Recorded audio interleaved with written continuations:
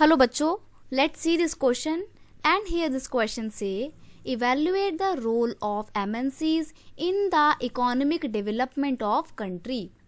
यानी कि ये क्वेश्चन बोल रहा है एक कंट्री के इकोनॉमिक डेवलपमेंट में एमएनसी का क्या इम्पॉर्टेंट रोल होता है, ये आपको यहाँ पर डिस्क्राइब करना है। तो हम एमएनसी के रोल की बात कर रहे हैं। क्वेश्चन का यहाँ पर की कॉन्सेप्ट हो जाएगा role of MNCs in the economic development of country. Economic development में एक कंट्री के क्या रोल है, किसका, एमएनसी का। ये आपसे यहाँ पे पूछा है। इसको यहाँ पे एक बार दोबारा से डेवलपमेंट लिख देते हैं।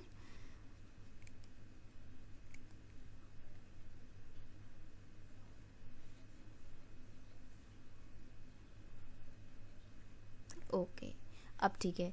तो देखते हैं, सबसे पहली बात, एमएनसी की फुल फॉर्म क्या होती है, वो ये लिखी, मल्टीनेशनल कंपनी। लेकिन अगर आप एमएनसी भी लिखोगे तो भी कोई दिक्कत नहीं। देखो आपके क्वेश्चन में भी एमएनसी ही लिखा हुआ है, ठीक है।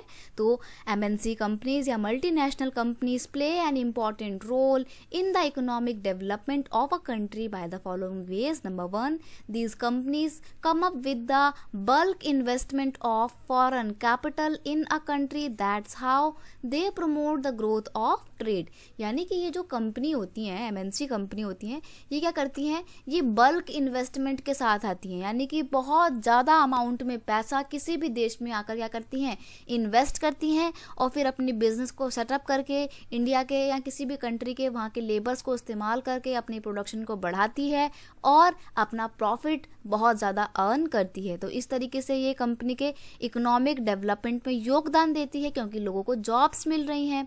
MNCs place order for the production with small producers and provide employment to the thousands of people। अब देखिए एमएनसी क्या करती है। अब मान लीजिए कि कोई एमएनसी है, ठीक है, कोई जूते बनाने वाली एमएनसी है, मान लीजिए प्यूमा ही है आपकी, ठीक है। तो प्यूमा ने क्या करा, प्यूमा ने जो लोकल कंपनीज थे उनको बोला कि आप हमारे से सामान ले लीजिए, जो भी सामान लाएगा रेक्सिन वगैरह, आप यहाँ पे अपने आप शूज़ बनाना स्टार्ट कीजिए।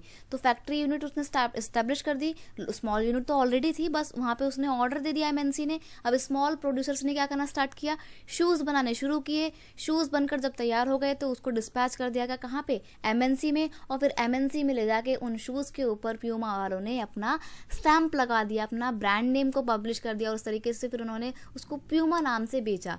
तो एक तरीके से फ़ायदा एमएनसी को भी हो रहा है कि उनका ब्रांड नेम तो बढ़ ही रहा है, वो तो बहुत ज़्यादा प्रोडक्शन कर रहे हैं अपनी, प्लस जो स्मॉल प्रोड्यूसर्स थे उनको भी काम मिल गया। स्मॉल प्रोड्यूसर ने अपना काम करवाने के लिए बहुत सारे लोगों को जॉब पे रखा होगा।